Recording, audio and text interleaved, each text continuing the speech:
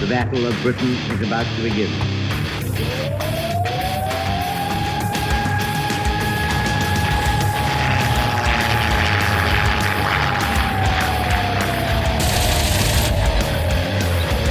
We got tanks up there.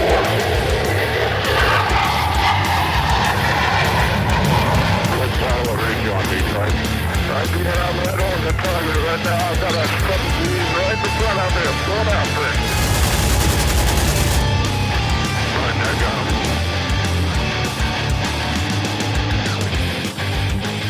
him. Welcome back to the Elite Pursuit Podcast. Tonight we're going to talk a little bit about gaming. We're going to talk a lot about fiction, and we're going to kind of talk about the crossover between the two. So we have brought Kevin Miller, the author of The Silver Waterfall, for historical fiction, and for some more modern fiction, Raven 1, Fight, Fight, and Declared Hostile, even though I said all three of those out of order. Kevin, good to have you back on the podcast. Hey, Doug. Great to be back. Thanks for having me. Well, Kevin Miller wouldn't be here if it wasn't for Rob. So Rob, our buddy from Fights On, once again drug me back down the primrose path. Rob, how you doing tonight? Howdy. Glad to be of assistance. Absolutely. Thanks for filling my schedule again. You know, just when I thought I might have a moment's respite. But it wouldn't be the Elite Pursuit Podcast if I didn't drag one of my other miserable poor bastards on. Steve is on tonight, the new guy always filling in for everybody. Yeah, how you guys doing? I'm excited to be talking to Rob again, and excited to hear a little more about these books. I'm always looking to pick up new exciting reading. Well, you can go down the road I did and go, oh, it's just one book. I'm not going to read the rest of the series, and then you end up reading the rest of the series. So, it's one of those things that I enjoy. Kevin's books. Kevin Miller is an author. Yeah, I'm going to go ahead and fluff you here. I'm going to say some nice things about you. His books are really good for people who don't mind a little bit of technical jargon, but also don't need to be talked down to. And Kevin, I know we talked to you in a previous episode about The Silver Waterfall, and it was nice for me to open up a book and you use terms like bulkhead and ladder well and flight deck elevator without explaining everything in a painful Tom Clancy-ish, I'm going to build the aircraft carrier for you. So thanks for doing that. Oh, my pleasure. Well, it's funny because what I will share is that I liked in Silver Waterfall makes it painful for me in Raven 1, and especially in reading Declared Hostile, that there's times that I go through and I read the book and it makes perfect sense to me, but the problem is the thought in the back of my brain is I'm like, wait a minute, does everyone understand what that means? And sometimes maybe two sentences later you'll throw a little bit of a hint as to what those terms mean, but you are not afraid of naval aviation jargon. And I like that, but there's times I always feel guilty that I feel like the insider who goes, yeah, I could read this book, but can everybody read this book and know what Kevin meant? So I'm sure every once in a while reviewers pick on you about that. Well, we'd fall apart without our jargon and acronyms. we would. It's second nature to me. So, but yes, I mean you hit on a good point. That yes, we have our authentic way of speaking, and people like that. Some don't. Yeah. And so yeah, you'll get a nice friendly critique in Amazon, but by far most people appreciate it, and some readers. You know, there is a glossary, a pretty extensive glossary. Skip through all acronyms I'm supposed to know anyway.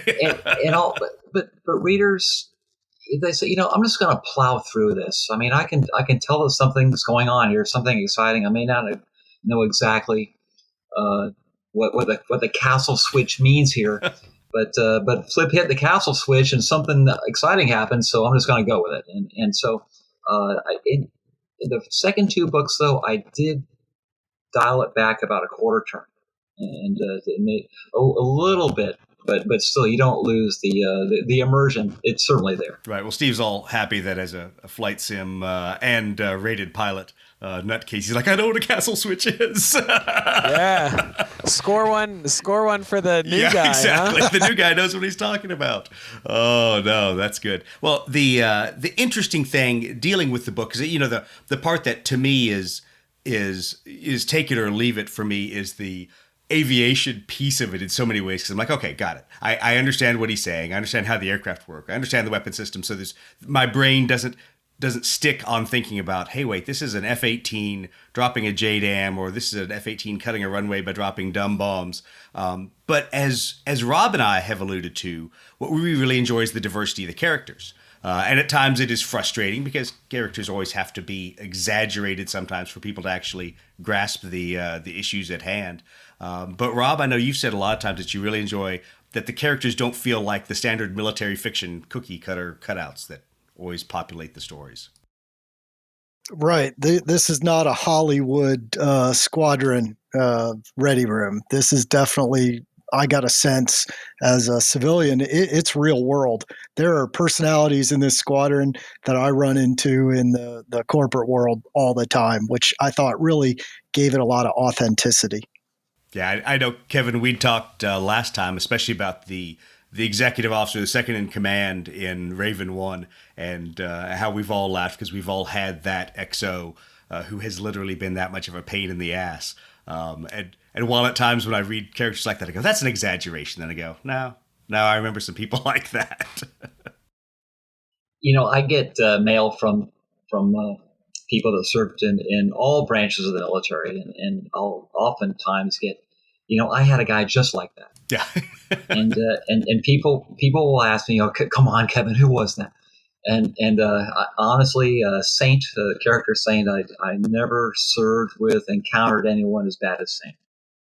Well, so you bring up the as bad as, and obviously having just finished Declared Hostile, there's some really twisted people in there, even on the U.S. military side. Some personalities you go, wow, that's a really divisive person.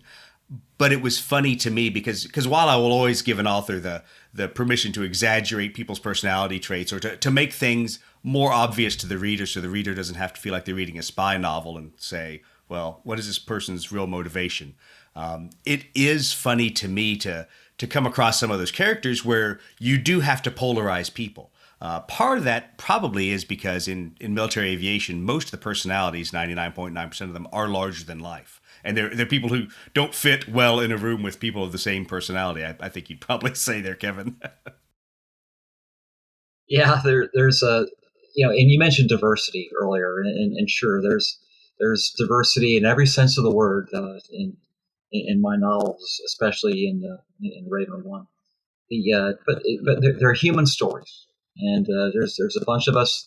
We're in a squadron, and we're deployed away from home for months and months on end, and then we get to go into combat, and we many of us are just like brothers and lifelong friendships, but not all, and that's you're going to find that in life. It's okay, and but anyway, the books bring that out that you just have to work together to do the job.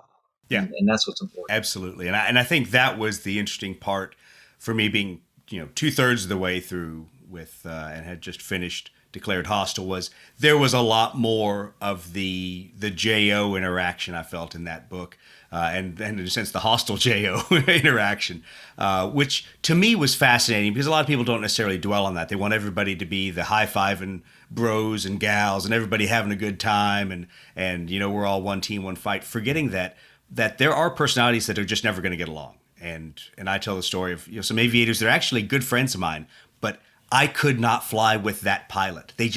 Everything we did in the cockpit was at odds. And we still were good friends, good drinking buddies, but just we couldn't mesh as a crew. Yes. Yeah. It happens. And it happens in single-seat airplanes too. You can whisper to the schedules officer or the ops officer, hey, please don't schedule me that way again. And yeah, that's reality. We used to always laugh about that, the secret flight schedule, because you'd always have the master pairing that the ops or the CO had written up, and then you'd have the secret hook your buddies up, never schedule them with that field grade ever again. That kind of routine. And then I guess I became that field grade coming back as an instructor where I'd have to walk into skeds after a while and go, guys, can I not take the new guys out anymore? Can I please go enjoy a flight and not feel like I'm the motherhood of what's going on? So those are key parts of your books that I really enjoy. How would you kind of self-evaluate? How do you think some of those stories have, in a sense, aged over time as aviation isn't static. Aviation is always changing. So when people read it, they're going to read it with what's happening in the modern era kind of overlaid on it. Even though the books are fairly recent, how do you think your perspectives about what you've written have changed? Raven 1 takes place in 2007, 2008, when the surge is going on in Iraq. And the book was published in 2014, so 6 years later. There's still a carrier right now in the Persian Gulf. Some call it the Arabian Gulf, and so those guys are still flying. They're not probably flying into Iraq helping Marines on the ground anymore, but they're there. And Iran obviously is still not a formal enemy, but we're not friends with Iran, and there's tensions, and we look at each other as we go through the Strait of Hormuz and all that. So carriers are still being sent to that part of the world, and squadrons with human beings in them of all diverse types are there, trying to get along and doing the job. I think that the stories of some of the scenarios in Raven 1, some of the combat scenarios still would look very, very similar today. Well, the interesting thing, for me, as I was reading Declared Hostile, was I got pretty much almost to the end of the book, and I'm like, okay, got it. Another, Venezuelan military fantasy, and then my Fox News alert goes off and says, U.S. government says they will interdict Iranian missiles being sent to Venezuela. I'm like, damn it, caught again. so it was good to kind of give me that juxtaposition that as, in a sense, a reviewer or reader, whatever, reading the book going, okay, I got it. I know the conceit of this story, of the outside of it versus the message he's trying to communicate. And then it was funny that very story became kind of real in the news today. Yeah, and there's a scenario where blackjacks fly down the East Coast and go into Venezuela, and that'll never happen. And then months ago that did happen. Yeah, exactly. And there are other scenarios, but Declared Hostile is, in all the novels, of course, are novels. They're fiction.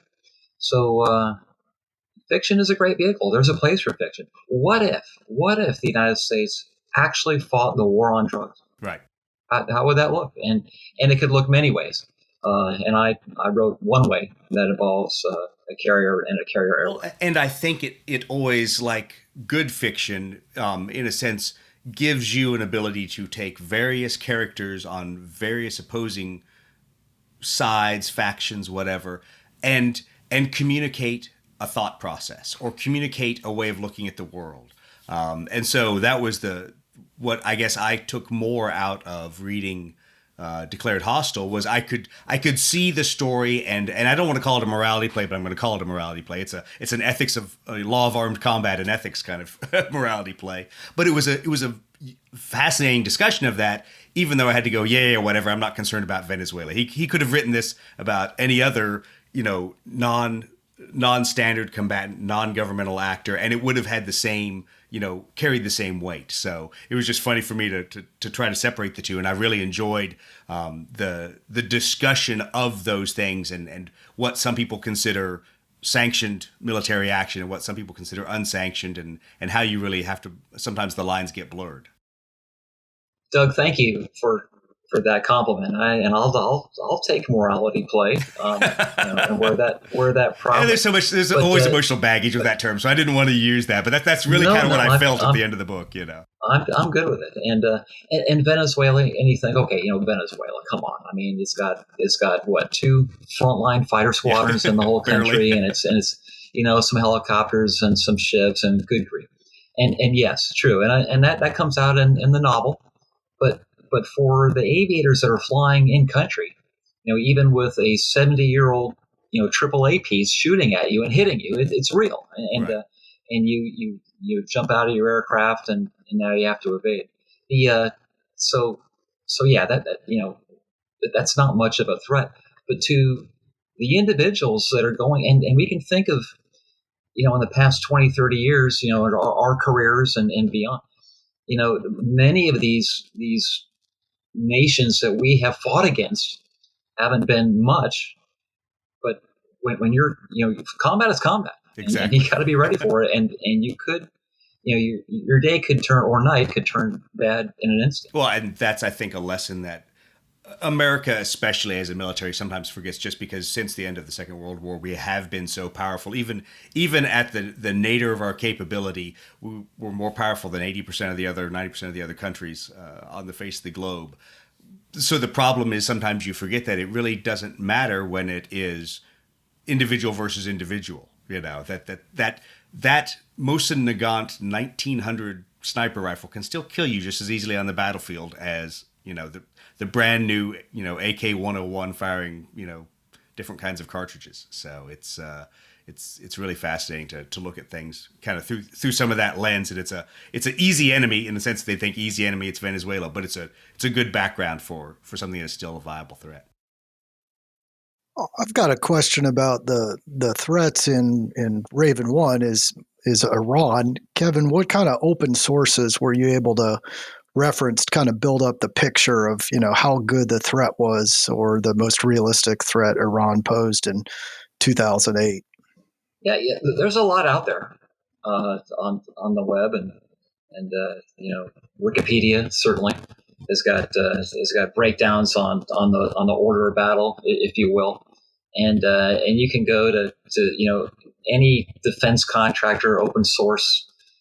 Hey, we'll sell this to you, and that has some discussion. There's a lot of sources.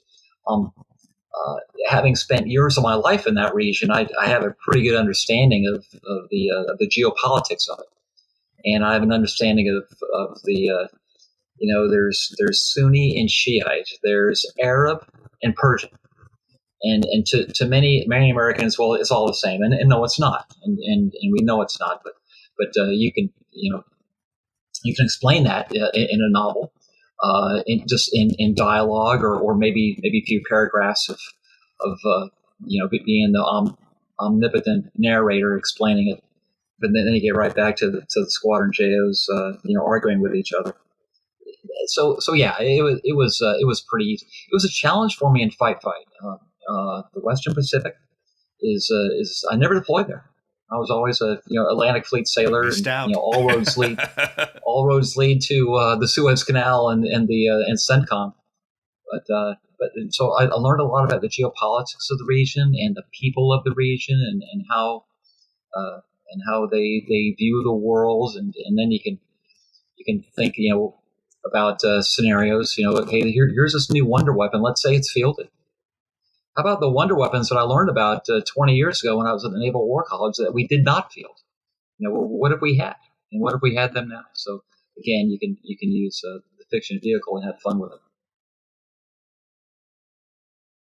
Well, absolutely. I think there's a fascinating piece to how you sometimes tell the story without being condescending, and I find a lot less in your writing than in other authors writing the voice of the book's narrator, which is nice that I don't have to have that, because sometimes that becomes just super condescending to me and super weighty. And I'm like, I got it. I don't need to know the geopolitical history of Trinidad for the last 50 years. Just tell me what island he's on, you know?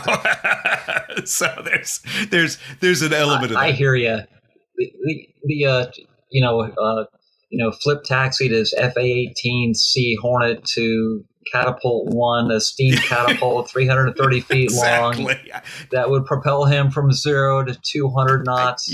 I don't need that. So it's yeah, that's right. It's refreshing to get that.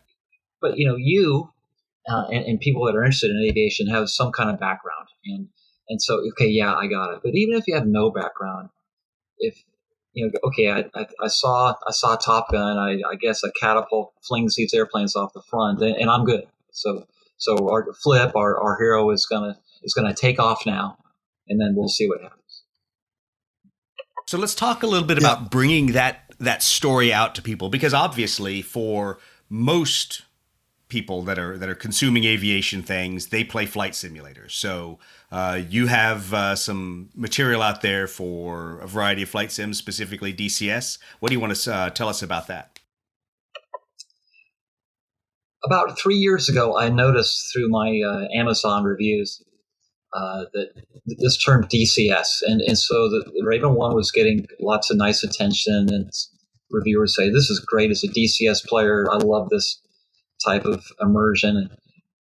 And so I was contacted, and by someone in the DCS world, and someone I didn't know, and I'm not sure what all this is.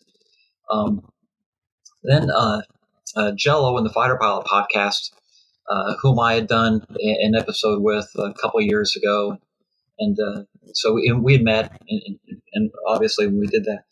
And he said, "Hey, I'm talking to this guy, and they want to do a video adaptation of Raven One, and would like to work with you." So we talked, and I met virtually Baltic Dragon, Right. and so it was an 18-month process where Baltic Dragon would put together a scenario and then send us a spreadsheet, Jello and I and Rob, and we go through this and we say, okay, yeah, that's accurate, that's realistic, that's how we would talk. No, we wouldn't say it like that. We would use another word, and it was really an interesting and fun process, and I was just so impressed with with BD, who is from Poland, and his command of the English language, and also his knowledge of tactical aviation and carrier aviation.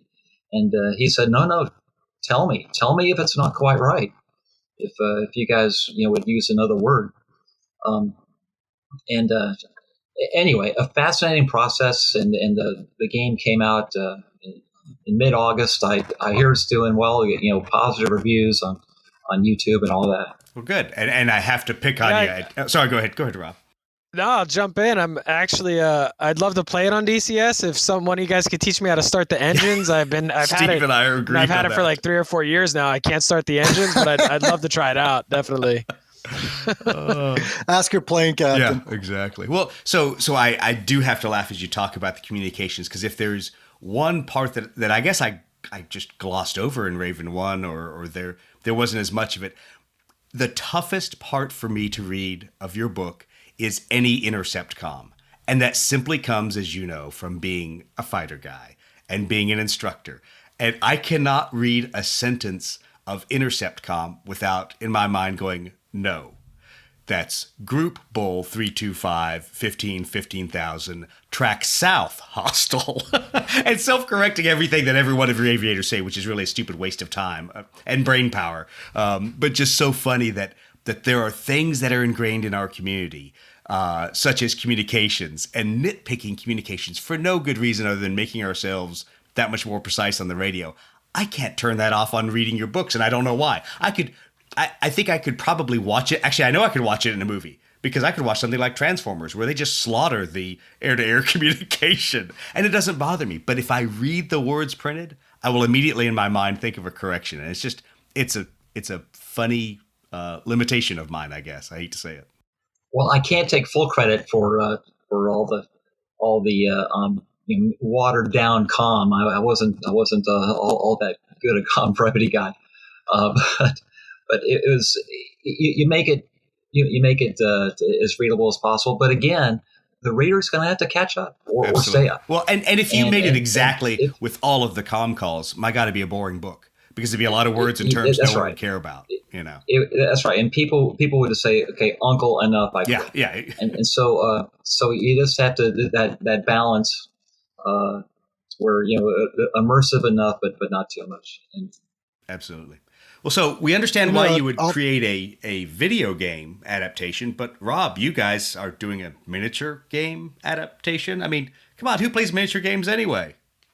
Says the Blood Red Sky. says the guy with the podcast about miniatures games. I think my collection rivals your collection. Sadly, I'm sure it does. Size and expense. So going through Kevin's books, I was always just thinking in the back of my head, boy, this would make great air combat miniatures game. And I was really inspired by the work Baltic Dragon did. And I'm not a DCS player, but there's some great YouTube previews that Baltic Dragon made, and then his users, his customers, are actually starting to record their missions. So they're kind of lengthy, but I did spot watch a couple of them, and I mean the graphics are just incredible. And like Steve, I probably couldn't even start the jet on the deck, so I'm happy to just play with the painted toys. But I got to thinking Raven 1 would make a good campaign for miniature tabletop. The difference, and I contacted Kevin early on in our process, and I said I'd like to do this, and to get his permission, and then his tremendous assistance in the project. And I explained it to Kevin. I said DCS is cradle to grave the mission. You start the jet, you fly the mission, and then you come back and land. And I explained in our world of miniature tabletop air combat games, we're pretty much the merge, or we're the roll in on target. The whole game is effectively 2 or 3 minutes of the whole mission. And I think you have summarized right there why I don't do DCS. Because sure, I love video games, and I love aviation video games. And I have friends that are in DCS squadrons that debrief and have flight lead quals and have workups and evaluations. I'm like, I did that for 20 years. I don't need that. I want to go have a little bit of fun, feel I'm doing something aviation, and truly that's why I do board games instead of video games for a lot of this. I'll tell you what, I'll interject there, man. A couple of years ago, I was in a Pacific World War II online fighter squadron. And I was like, man, my wife gives me like an hour to play. If I have to sit through a 40-minute debrief, this just isn't going to work, man. I don't think I can do that. I didn't sign up for this. Well, I'm going to date myself by saying when I went through the FRS through the RAG at 101 in El Toro, California, yes, it wasn't at Miramar, but went through the F-18 squadron for the Marines, that at that time we had Hornet 3.0 on the PC, and it was as good as 95% of the things we could do in our big domed simulator, but I was just looking at an LCD screen instead of inside an immersive dome with a full cockpit. But to be honest, that even at that time was much more useful for a couple of us to get linked in and networked together and just go through the stupid little stuff like the communication or the aircraft geometry. That was more useful than turning on the multi-million-dollar simulator that you had to fight with 100 other students to get into. That's cool. I didn't know that. Yeah, it was fun. It was nothing at all graphics wise like things are now, but it was still impressive. So okay, dusty old men might want to simulate something out of Raven 1 because they might have read it. So yeah. So Kevin's book has probably more adventures occurring to one squadron on one deployment than we've had in the last 50 years. But it makes a great read. It's a tremendous book, and being in a book format, you can really, as you read it, you can extract these various missions and, one complete, the series of initial counterstrikes that the Naval Air Wing does really breaks down into a couple packages. And just on careful reading, and I used the Kindle version so I could easily search and get to certain areas of the book quickly. I basically mapped out a storyboard, and initially it was 10, but of course we had scope creep, and it turned into 11 discrete scenarios, some of which actually combined. So that, for example, the first strike is made up of several different flights. You can run each flight as a unique scenario, or if you're crazy, like some people are, you can combine them and do the full, 12 plane, 3 flight mission. And this, inspired by the book, what we had to do was adapt it to our rule set, which is Check Your Six Jet Age, which was written about 10 years ago by Scott Fisher and Skirmish Campaigns. And it's a complementary rule set. Blood Red Skies has been out for about a year and a half, 2 years maybe. Ago, yeah. And I think it's doing a great job of bringing in new players to the hobby.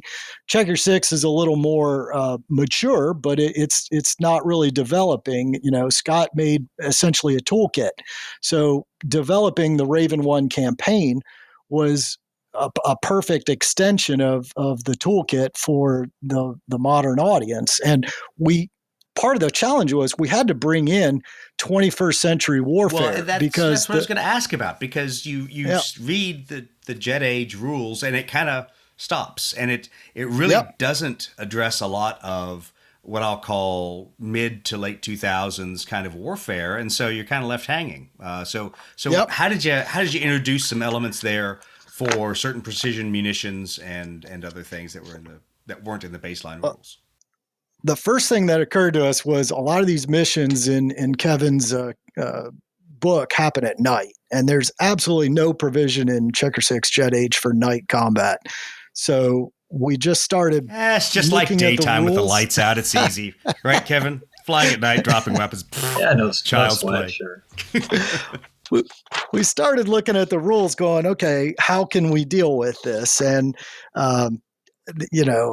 looking at what tools do we have available. So, for example, taking gunshots at night, we had discussion, should this be allowed? And, my partner in Fights On is a Marine Corps F-18A aviator. And he said, sure, if you get a radar lock against, essentially a non deflection target and you're wearing NVGs, sure, you could do it. It's not going to be easy.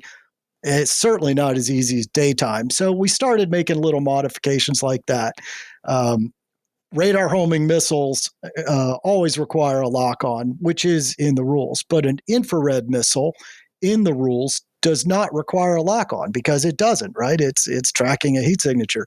But what we wrote into the rules is in night combat, if you wish to fire an IR missile like a Sidewinder, you do need that radar lock. So you get the situational awareness of where the guy is and you're able to employ the weapon. And so we kind of operated in the parameters of the rule set that we had and expanded it just 1 degree to bring in some of these elements. Now, guided weapons, JDAMs, basically we looked at the best weapons, which were like paveway in the rule set, and then we just kind of made them a little better, maybe by 1 or 2 factors.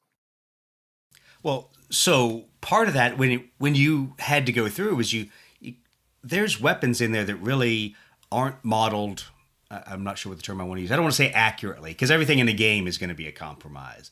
But there's things that you also had to kind of change how it was done because it didn't really give the feel you wanted, like specifically the Maverick and some other things that may have kind of been laser beam kind of weapons and would fly much faster than they really do in real life.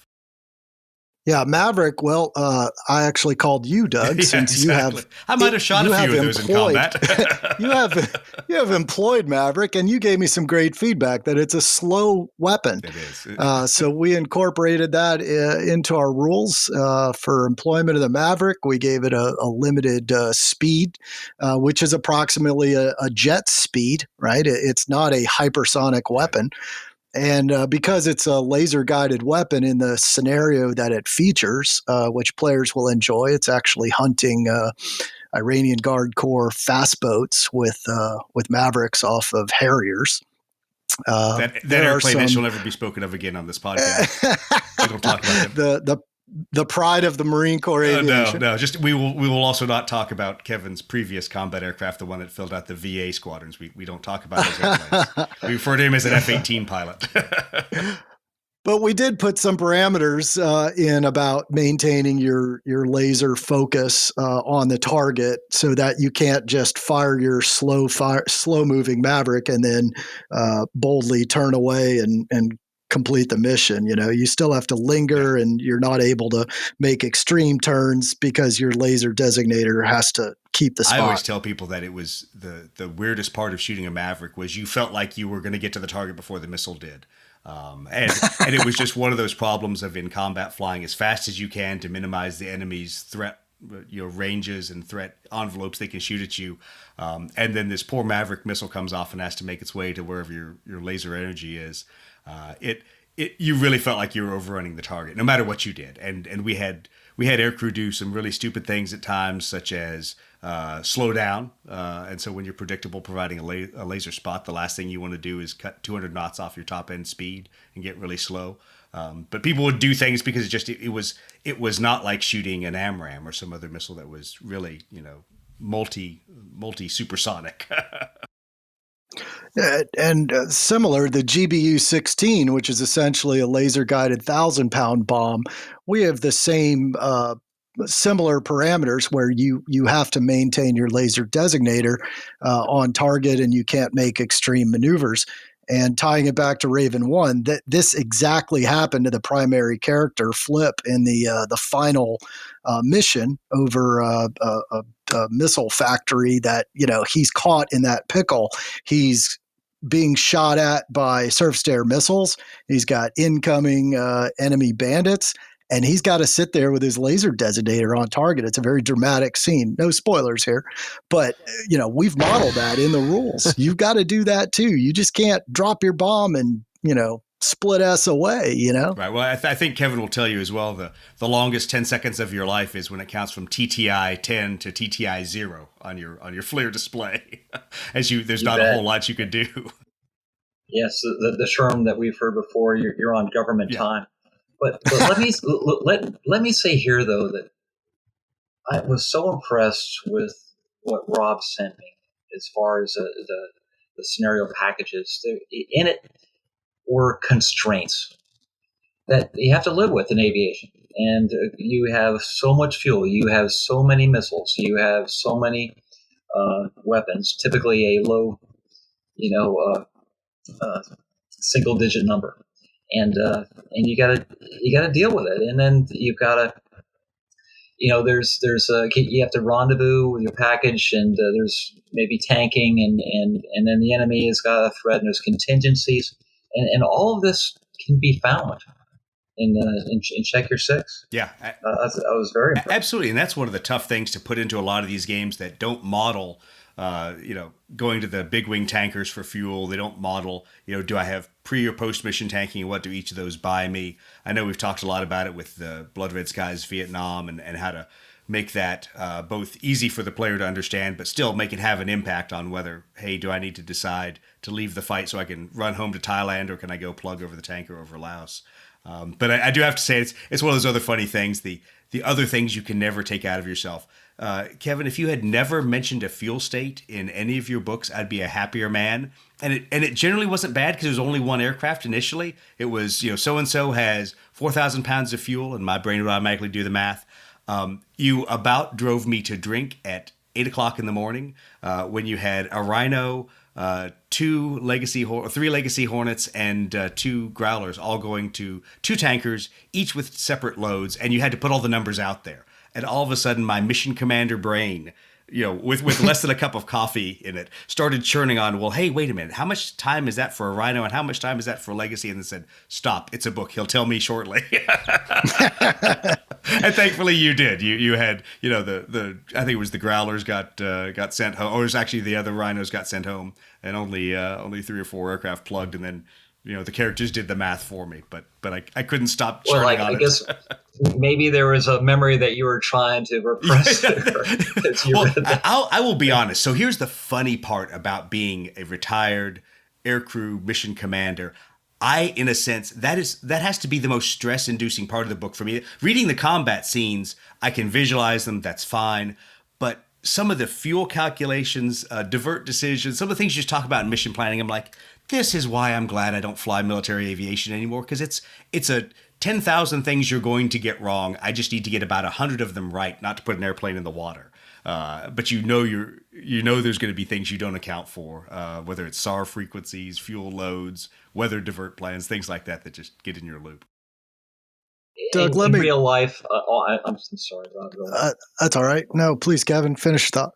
Well, in real life, there's the strike planner's checklist, which is 10 pages, yes. A very, very, very small font with all the different packages of aircraft, and then there's the weather discussion, the enemy order of battle, and there's just 1,000 things to do, and you've got like 36 hours to do it.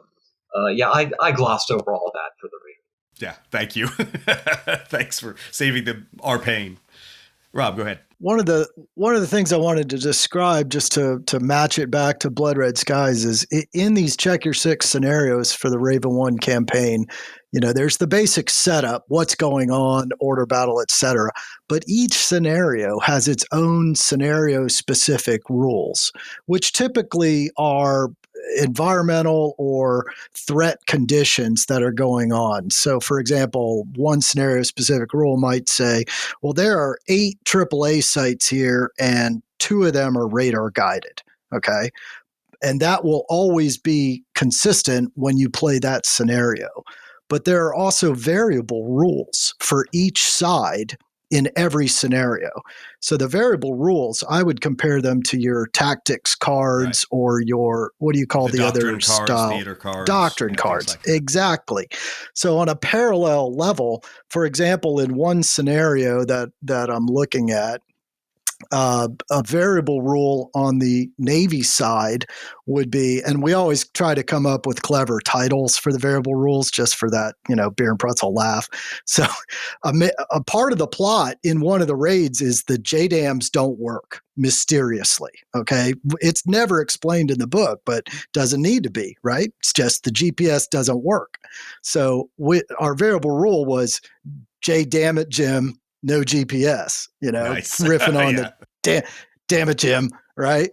And then on the Iranian side of that mission, we tried to just play around with the radar directed AAA, like some additional ones are radar directed, or perhaps all of the AAA crews are kind of asleep, not really expecting this raid, so their ability to engage is delayed. And these are variable, meaning you roll a D10 die before the scenario to see which of these variable rules apply in the game you're about to play. So now, Rob, wait 1 minute. Does this mean that Star Trek geeks also play this game?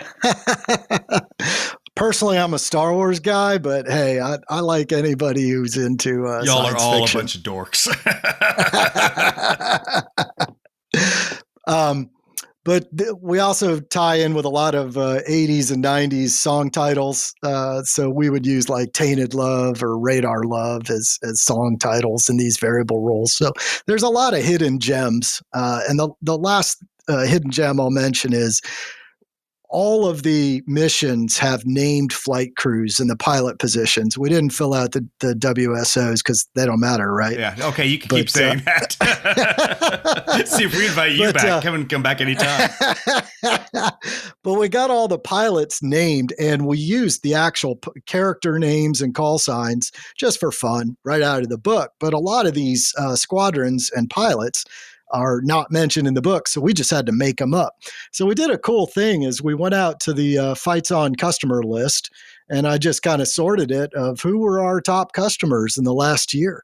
And then I emailed a lot of these people and I said, hey, we're putting together this scenario book for Check Your Six.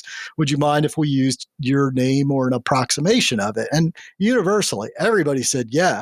Now, what was funny is some of them replied, yeah, and said, I want my call sign to be this, or I want my call sign to be, this is naval aviation, you don't Viper. need to pick. Exactly. So, my business partner, Sandy, being the real aviator, he's like, no. And he and I had a good time, usually over text, and I would like give up some guy's name. I'm like, okay, here's the dude's name. And we would come up with the call sign. And some of them are off the wall. Some of them are just kind of inside jokes. None are insulting.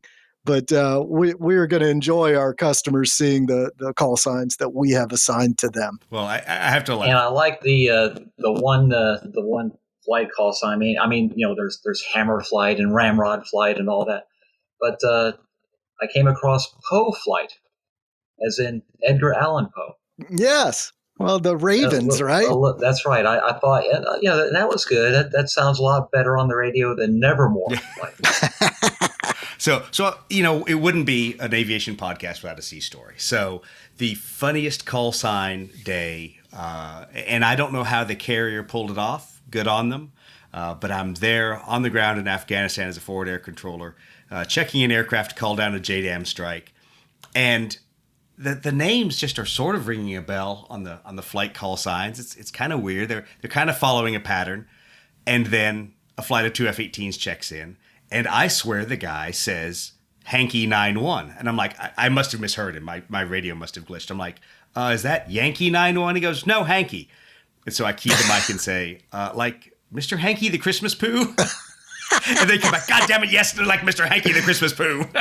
Like, all right, Hanky, go ahead and take an overhead pattern. I hope you replied, howdy ho. There was a moment where I'm like, I've got to put this radio comm back on the professional track because everybody's listening. And there's a moment as a forward air controller where you really want to try to be funny, but then you realize, okay, if I screw it up while I'm being funny, then nobody's going to give me any slack for that. So immediately put everything back in my super professional box. Harumph. Here's your JDAM coordinates. Yeah, exactly. But yeah, there were some days that they slipped them past the Air Force guys, and the Kayak and had pretty funny call signs. Well, God bless the facts. They take care of us. You know, it was a fun job. And like we talked about last time, my favorite 13 months of my Marine Corps career was being a ground fac. And that's I guess one of the things that I would love to see modeled a little bit better in Blood Red Skies is the interaction with the facs, but we just sort of have a little bit of air to ground, not near as much as some other game systems have built into them. Well, just to touch on that and bring it back to Raven 1, that was a great part of the book, is the kind of the degree of separation, but yet the relationship between the fact on the ground and Flip on the mission over Iraq. That was a really great inspirational part of the book. It's interesting for me to read it, having flown both sides, been on the ground and been in the air for FAC missions. So it's interesting to see how that all gets worked out. And I'm going to ask the leading question: is there a scenario for that in your scenario pack? No, actually, I didn't touch on the Iraq stuff. It didn't have enough action. I mean, it's a permissive. Well, it's a permissive air environment, right? I mean, so that's the part I've never found how to simulate in Check Your Six. That how to challenge someone with a permissive mission.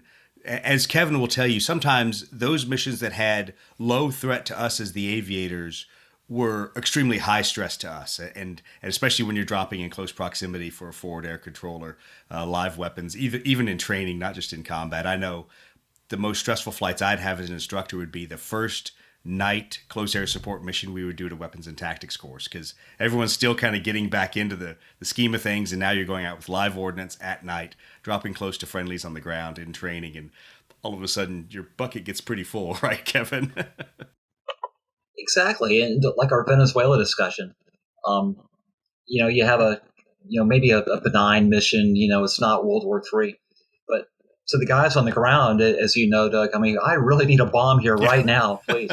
and it's so there's pressure in the cockpit. Okay, we got to help these guys, and then of course if you're a handheld SAM, whoa, where did that come from? I mean, so yeah, the action.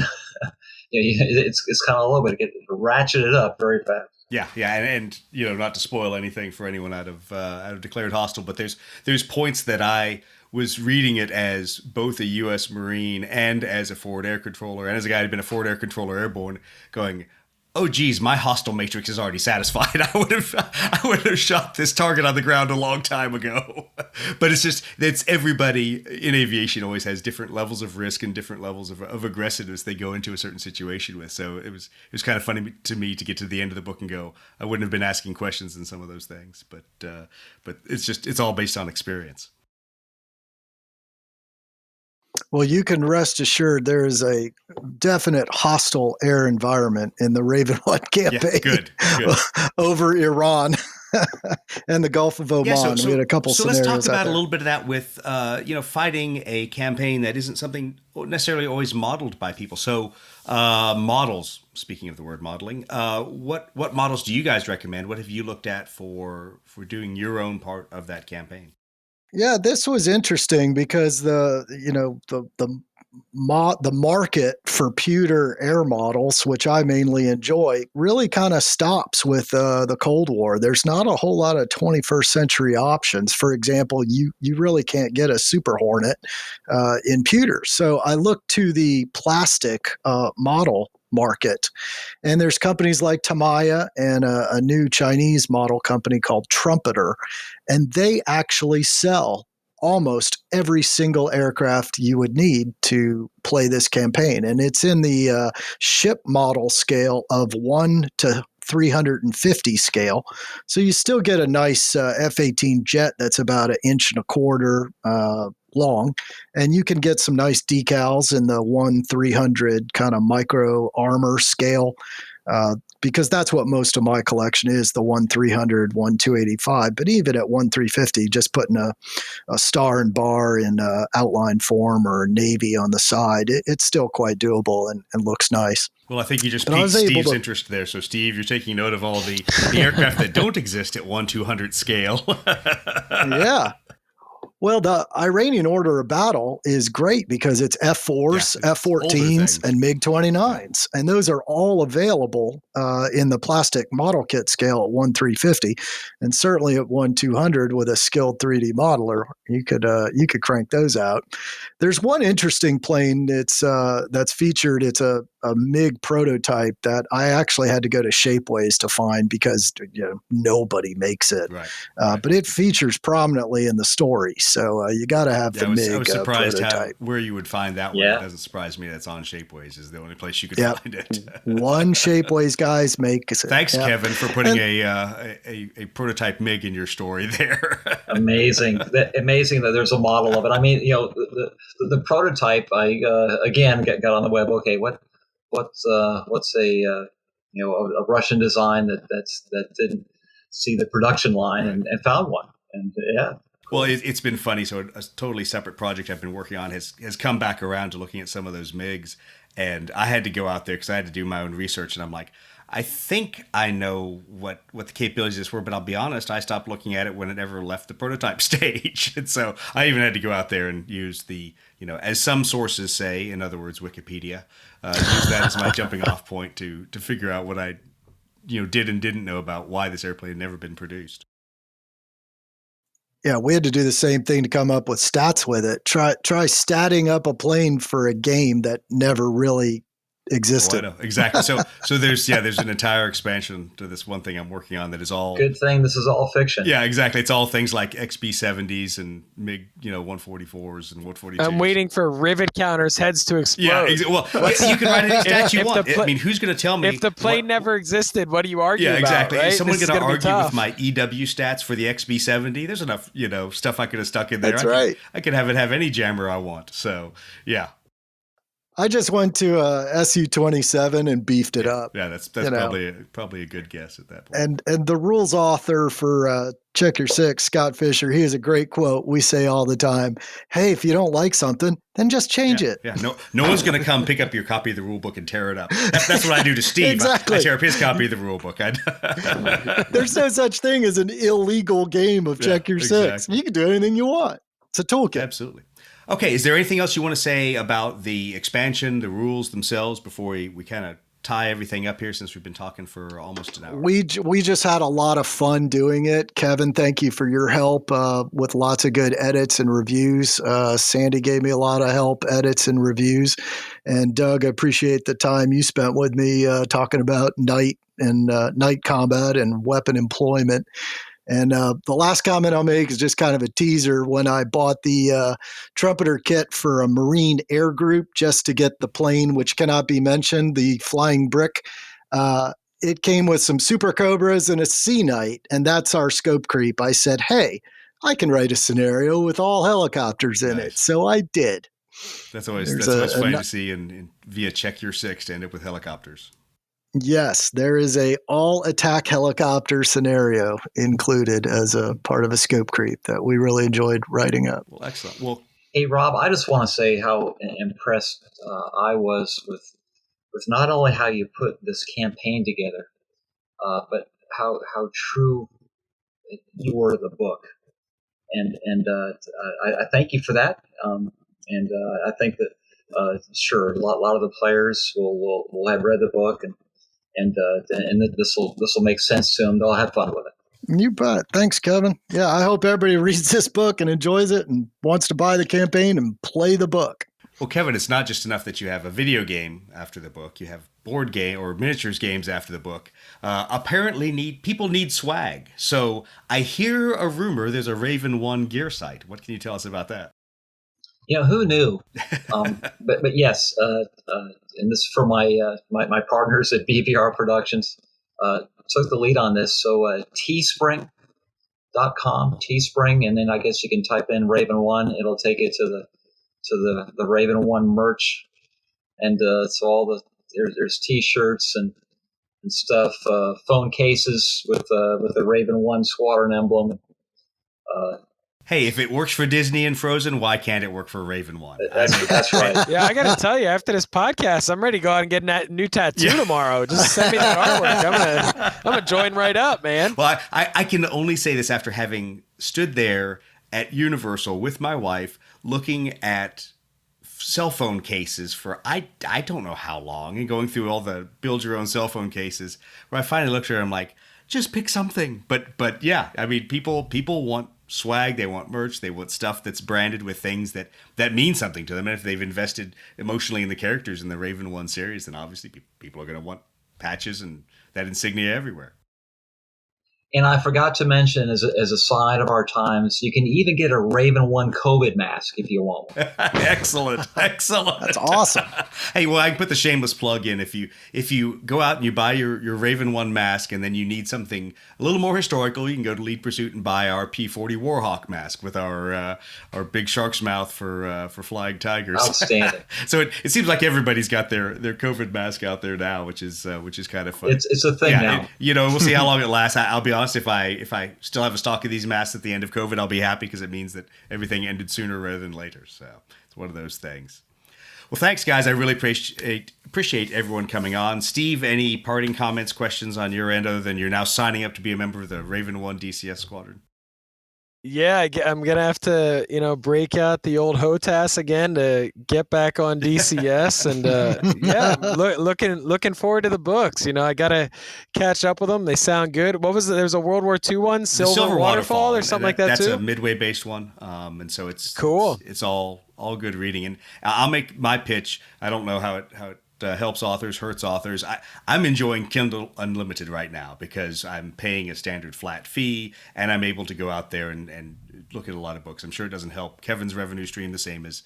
No. It does. It does. And so anything, all of that is fine. And however you and readers, listeners want, we got something for you. Yeah, absolutely. Because that's allowed me to consume those books, and it's in a sense like a paid library card. I check out a bunch of books, I read through them, I turn them back in. Kindle saves my notes, so on a lot of the books where I've made commentary for scenarios and for other things, that's all there. So all I have to do is re-download the book, and all that's available. So definitely, everyone go out there, take a look at Kevin Miller's books. We've talked about them a couple of times.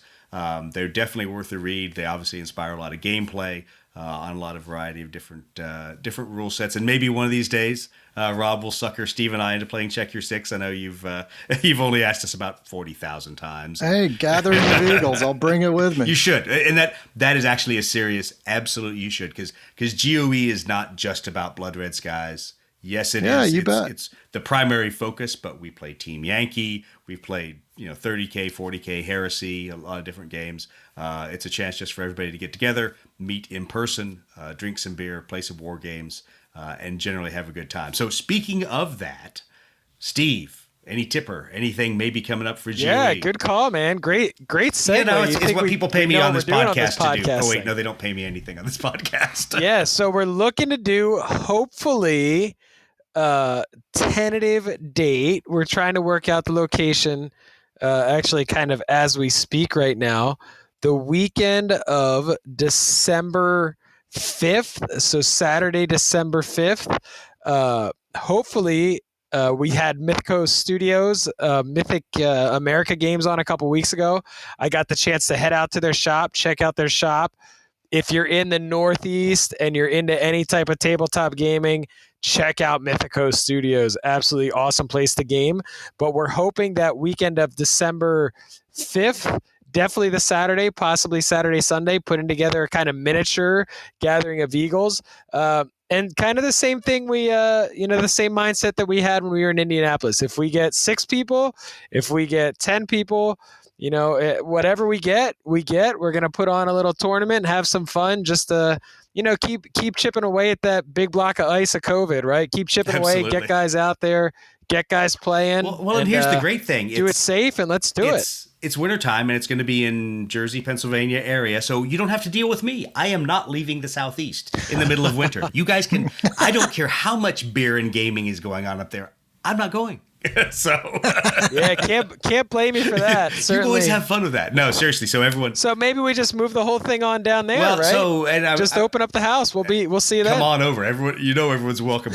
We may be playing outside in the back patio with the way my house is going right now.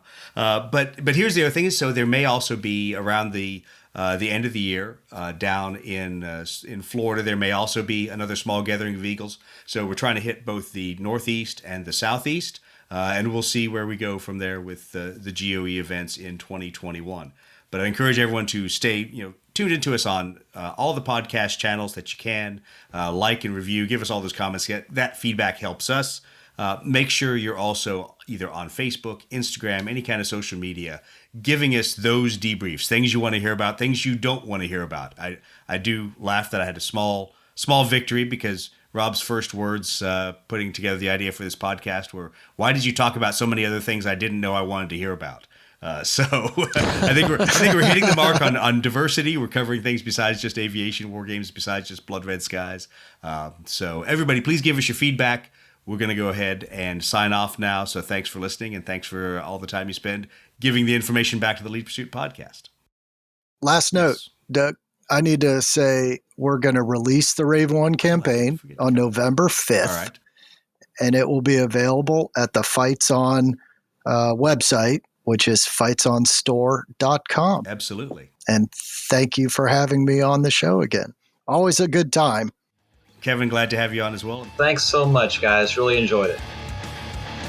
So if you've listened to this podcast and want to go pick up the Raven 1 scenario pack, the team over at Fights On is offering a 25% discount code that is good through the end of the month.